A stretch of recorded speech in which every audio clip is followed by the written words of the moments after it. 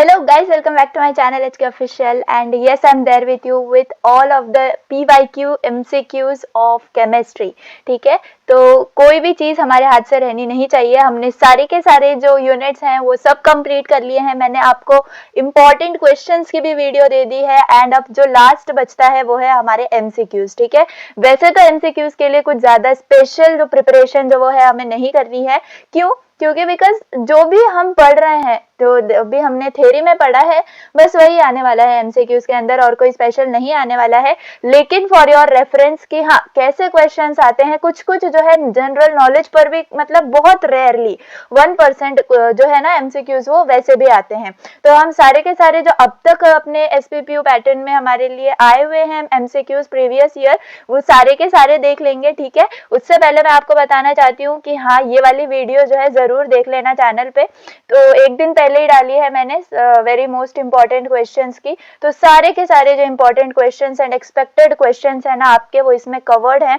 And believe me, इसमें 60 plus क्या आप 70 आउट ऑफ 70 भी स्कोर कर सकते हो अगर आप सारे के सारे ये क्वेश्चंस करोगे तो। ठीक है, एकदम अच्छे से करना, सारे क्वेश्चंस करना ये वाले। एंड अगर आप इसमें से 60 to 70% करते हो, फिर भी आपके जो चांसेस हैं वो 50 प्लस जाने के 100% हैं। ठीक है, तो बस ये कर लेना। एंड हाँ, सारा सिलेबस तो अब अवेलेबल है ही हमारे चैनल पे, आप जाके प्लेलिस्ट चेक करिए, आपको हर सब्जेक्ट की प्लेलिस्ट जो है ना मिल जाएगी। ठीक है, तो यहाँ पर आप देख सकते हो कि जो केमिस्ट्री का है वो सिलेबस आपको यहाँ पर 10 वीडियोस के अंदर, हाँ इसके अंदर इनसेम की भी वीडियोस हैं, तो सिर्फ एंडसेम की वीडियोस देखने जाओगे तो आपको मतलब बहुत कम टाइम में, आपका एक दिन के अंदर जो है ना केमिस्ट्री का सिलेबस कंप्लीट हो जाएगा। ठीक है, तो अभी भी 2 दिन है आपके पास, आप अच्छे से कवर कर सकते हो हर एक टॉपिक। अगर आप अभी भी शुरू करोगे तो केमिस्ट्री एक ऐसा सब्जेक्ट है कि हाँ आप कर सकते हो। जैसे कि मैं बोलती हूँ हाँ रिविजन की जरूरत है, तो उसके लिए आप क्या कर सकते हो, मेंबरशिप परचेज कर सकते हो। उसके अंदर सारे पीवाईक्यूज जो ये जो है ये भी मिल जाएंगे आपको, और सारे के सारे जो यूनिट्स के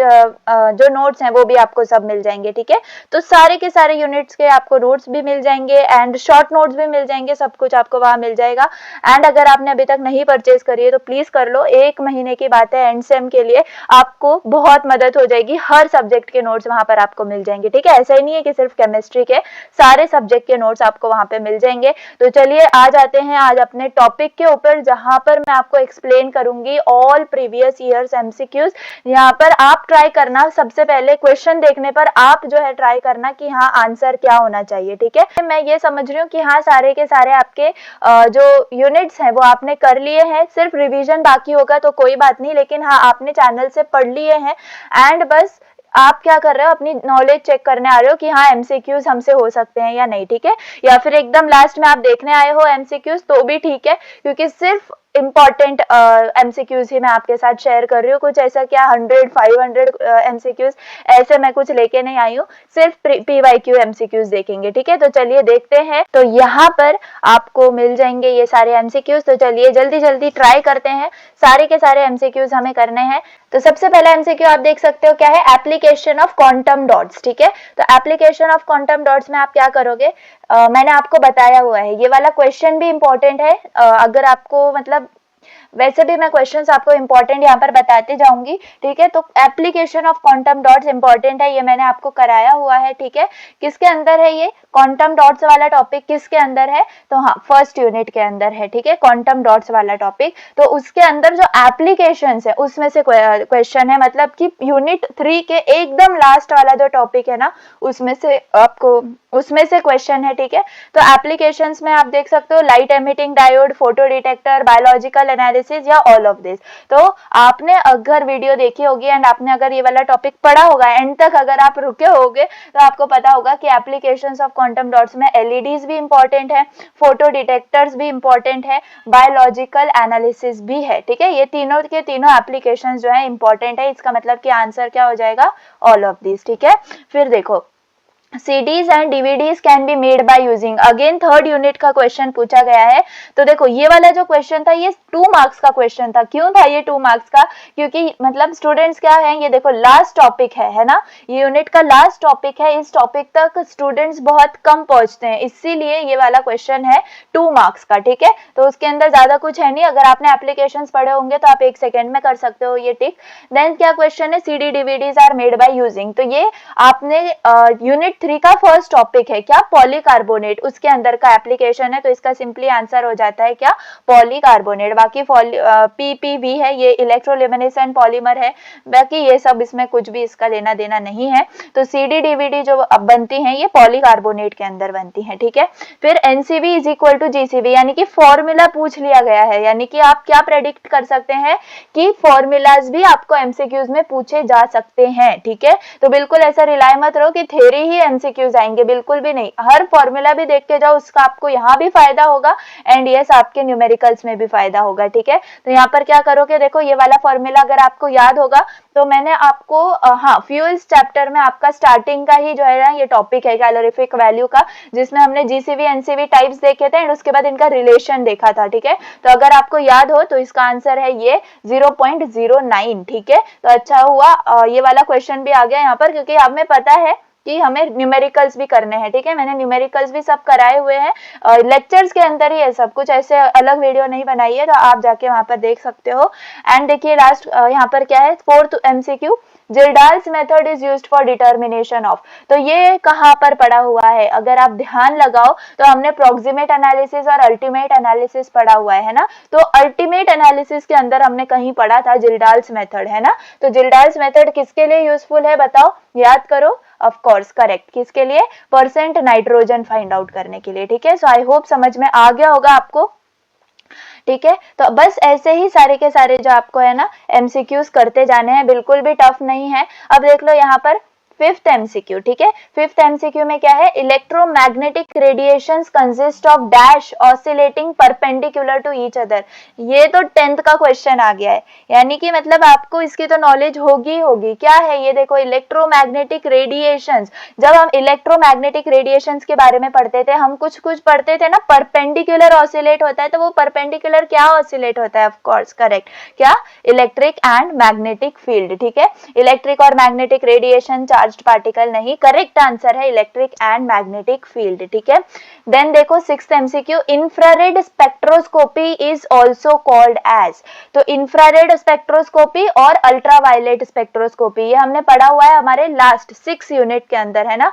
तो आई होप मैंने ये आपको बताया हुआ है, आपको याद होगा कि इंफ्रारेड स्पेक्ट्रोस्कोपी को क्या बोला जाता है, करेक्ट, वाइब्रेशनल स्पेक्ट्रोस्कोपी, ठीक है। उसके बाद विच of the following film is protective, तो मैंने ये आपको बहुत अच्छे से याद कराया हुआ है, पोरस, नॉन पोरस, वोलेटाइल और अनस्टेबल, ये चार आपके क्या है टाइप्स ऑफ ऑक्साइड लेयर्स हैं, है ना।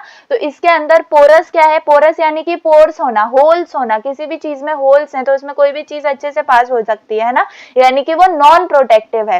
नॉन पोरस यानी कि उसमें पोर्स नहीं है, इसका मतलब क्या है, ये प्रोटेक्टिव है, ठीक है। समझ में आ गया, आई होप समझ में आ गया होगा। Volatile and none of this, तो इसमें आंसर नहीं हो सकता। उसके बाद देखो तो tinning is the example of, तो टिनिंग किसका एग्जाम्पल है, किसका समझ में आ रहा है, टिनिंग और गैल्वेनाइजिंग, ये हमने कहाँ पढ़ा हुआ है, कोटिंग के अंदर पढ़ा हुआ है ना। कोटिंग के अंदर हमने टिनिंग और गैल्वेनाइजिंग पढ़ा हुआ है। तो आई होप कि आपको याद होगा कि टिनिंग क्या है। ज्यादातर लोग क्या कर देते हैं बताओ, ज्यादातर लोग इसको एनोडिक कोटिंग करके आते हैं, क्यों, देखो क्योंकि सबको क्या लगता है कि गैल्वेनाइजिंग हमने पहले पढ़ा था तो वो क्या होगा, कैथोडिक होगा, एंड टिनिंग जो होगा वो एनोडिक होगा, तो नहीं, बिल्कुल गलत है। टिनिंग क्या है, आपका कैथोडिक कोटिंग है, ठीक है, सॉरी, टिनिंग है आपकी क्या, कैथोडिक कोटिंग। समझ में आ गया क्यों है कैथोडिक कोटिंग, क्योंकि देखो हमने पढ़ा हुआ है किसके अंदर, कोटिंग के अंदर। सबसे पहले हमने गैल्वेनाइजिंग पढ़ा, नो डाउट, लेकिन उसके अंदर जो गैल्वेनाइजिंग है वो एनोडिक कोटिंग है और जो टिनिंग है वो क्या है, कैथोडिक कोटिंग है। तो ये मैंने मतलब फोकस देके आपको ये बताया हुआ है कि बिल्कुल भी ये सिली मिस्टेक मत करना, हम पढ़ के जाते हैं एंड वहां पर गलत करके आ जाते हैं, ठीक है।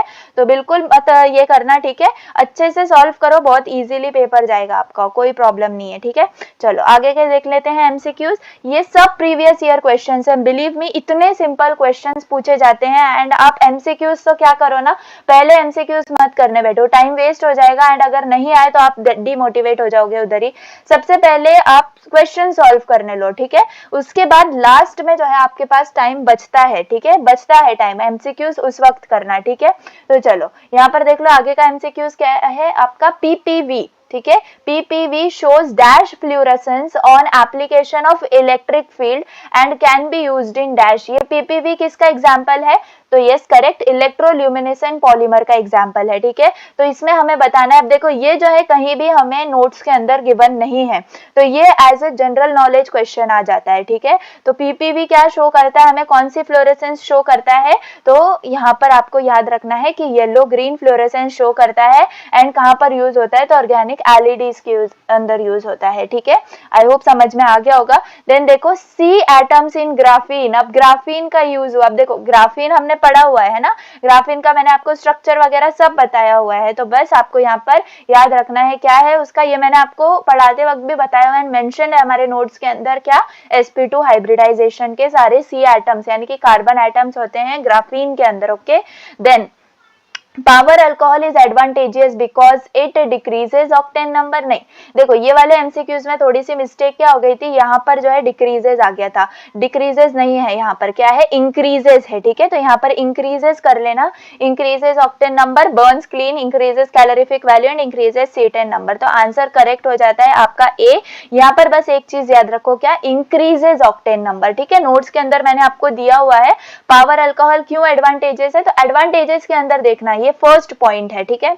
चलो then units of calorific values are, तो मैंने कैलोरीफिक वैल्यूज के आपको बहुत सारे यूनिट्स दिए थे, न्यूमेरिकल्स के लिए भी बताया था किसका क्या यूज करना है, ठीक है।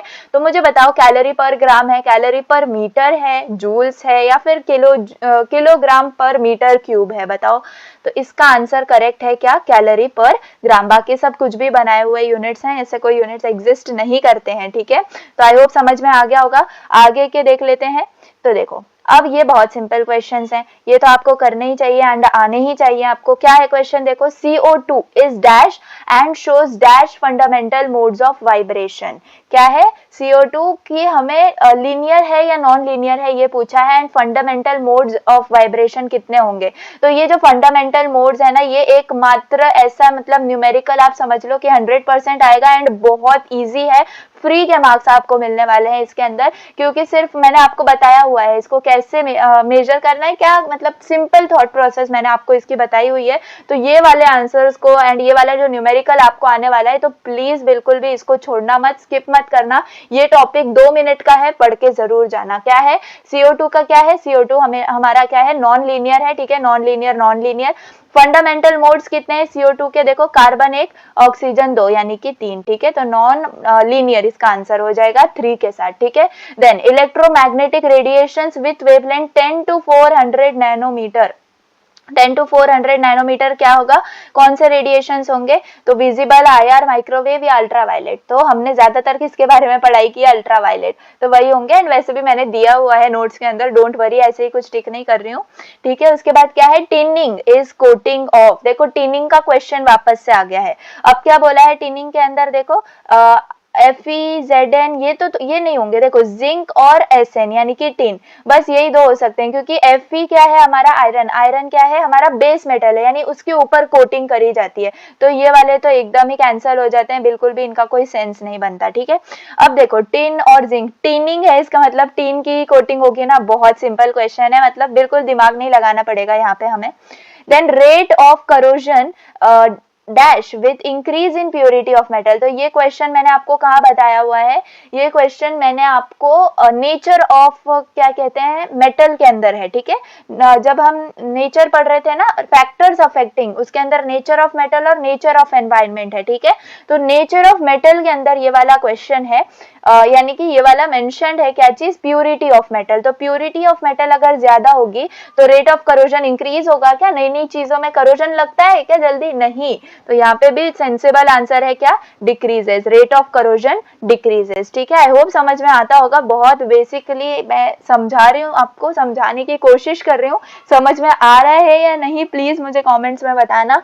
चलो उसके बाद का क्वेश्चन देख लो, electroluminescent polymers are used in, तो इलेक्ट्रोल्यूमिनेसेंट पॉलीमर्स की बात हो रही है, solar cell technology, digital display, LED या ऑल ऑफ द अबव। तो हमने इलेक्ट्रोल्यूमिनेसेंट पॉलीमर्स के अंदर क्या पढ़ा हुआ है कि हमें इलेक्ट्रॉनिकली इम्पोज करना पड़ता है ना, तभी हमें लाइट्स जो है वो नजर आती हैं। तो ये आपका आएगा क्या, डिजिटल डिस्प्ले। ठीक है, डिजिटल डिस्प्ले आएगा इसका आंसर। देन देखो, properties of polymer composite depends on, polymer composite key property किस पे डिपेंड करती है, तो ये भी आपने अगर कंसेप्ट पढ़ा होगा तभी आएगा। देखो कलर का कहीं भी रोल नहीं है, तो ये सीधा कैंसिल हो जाता है। ठीक है, फिर मोनोमर, ये भी कहीं मेंशन्ड नहीं है, तो ये भी अगेन कैंसिल हो जाता है। साइज ऑफ पार्टिकल, यस, हम पार्टिकल और फाइबर के बारे में पढ़ते हैं किसके अंदर, पॉलीमर कंपोजिट के अंदर, तो ऑफ कोर्स इसी पे हमारी प्रॉपर्टी जो है वो डिपेंड होगी।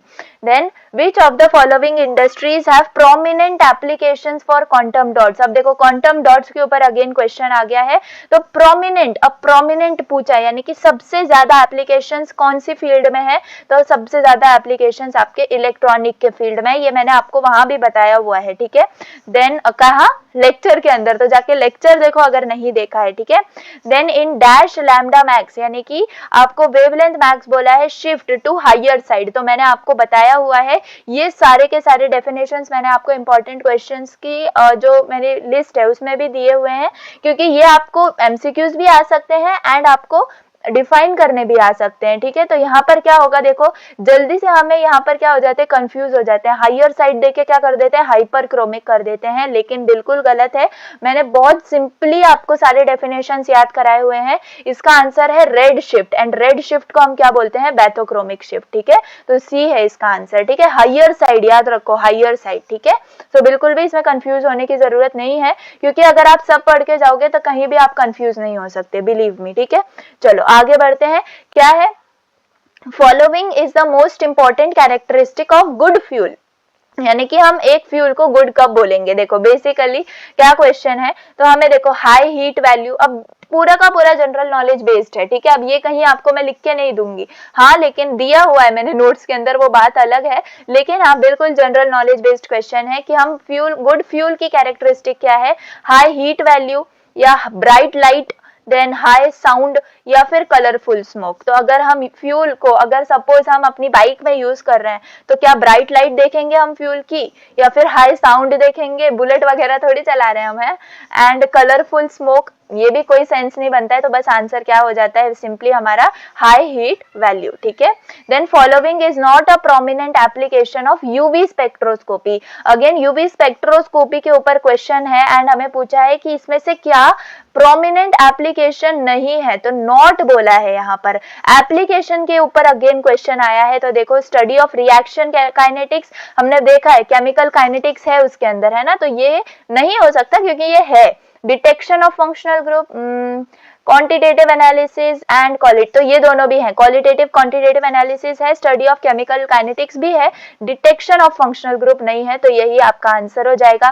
Possible number of fundamental modes of vibration in case of CO2, देखो अगेन रिपीटेड क्वेश्चन है, क्या इसमें आपको सिर्फ ये पूछा है कि फंडामेंटल मोड्स कितने होंगे, तो अब ये जाहिर सी बात है क्या होंगे, 3 होंगे। ठीक है, then in the process of tinning, देखो वापस से आ रहे हैं कि नहीं आ रहे हैं, सेम क्वेश्चंस रिपीट हो रहे हैं, तो समझ लो कि कुछ भी डिफिकल्ट नहीं है। आपने अगर थ्योरी पढ़ी हुई है तो एमसीक्यूज आपके मतलब बहुत इजीली हो जाएंगे, कोई इसके लिए टेंशन लेने की जरूरत नहीं है।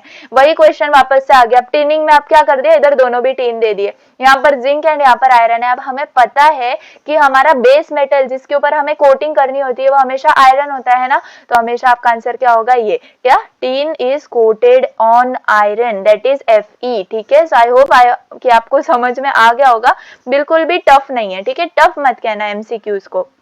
तो चलिए क्या है दूसरा, ideal Pilling Bedworth ratio for effective protection of metal against corrosion is, यानी कि अब पिलिंग बेडवर्थ रेशो की बात हो रही है, पिलिंग बेडवर्थ रेशो यानी कि PBR। ठीक है, PBR का मैंने आपको पूरा अच्छे से नोट दिया हुआ है, डेफिनेशन विथ फॉर्मूला सब कवर्ड है। ठीक है, बहुत बेसिक है, बहुत बेसिक है, इसका आपको 4 या 5 मार्क्स का क्वेश्चन भी एक्सपेक्टेड है, लेकिन देखो MCQ आया है तो क्या लिखोगे आप, for effective protection of metal against corrosion. ठीक है, तो हमें क्या करना है, प्रोटेक्ट करना है। अब प्रोटेक्ट करना है यानी कि पोरस होना चाहिए, ये नॉन पोरस होना चाहिए, ऑफ कोर्स नॉन पोरस होना चाहिए। तो इसका आंसर करेक्ट क्या होगा, PBr इज ग्रेटर देन 1 होना चाहिए। ये नहीं बोलूंगी कि इक्वल भी होना चाहिए, लेकिन फिर और कोई सुटेबल हमारे पास ऑप्शन नहीं है, तो इक्वल नहीं है, 1.45 तक होता है, यानी कि 1 से 1.45 क्या होता है आपका, नॉन पोरस होता है ना, दैट इज प्रोटेक्टिव। तो आपको यही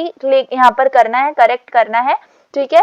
लास्ट देख लो एमसीक्यू आज का, sacrificial anode is. Sacrificial anode बोल दिया ना तो सबसे ज्यादा कंफ्यूजन कहाँ हो जाती है कि एनोडिक है या कैथोडिक है, जो लोग नहीं पढ़ के गए हैं उनके लिए, ठीक है, जिन्होंने हमारी वीडियो नहीं देखी है उनके लिए।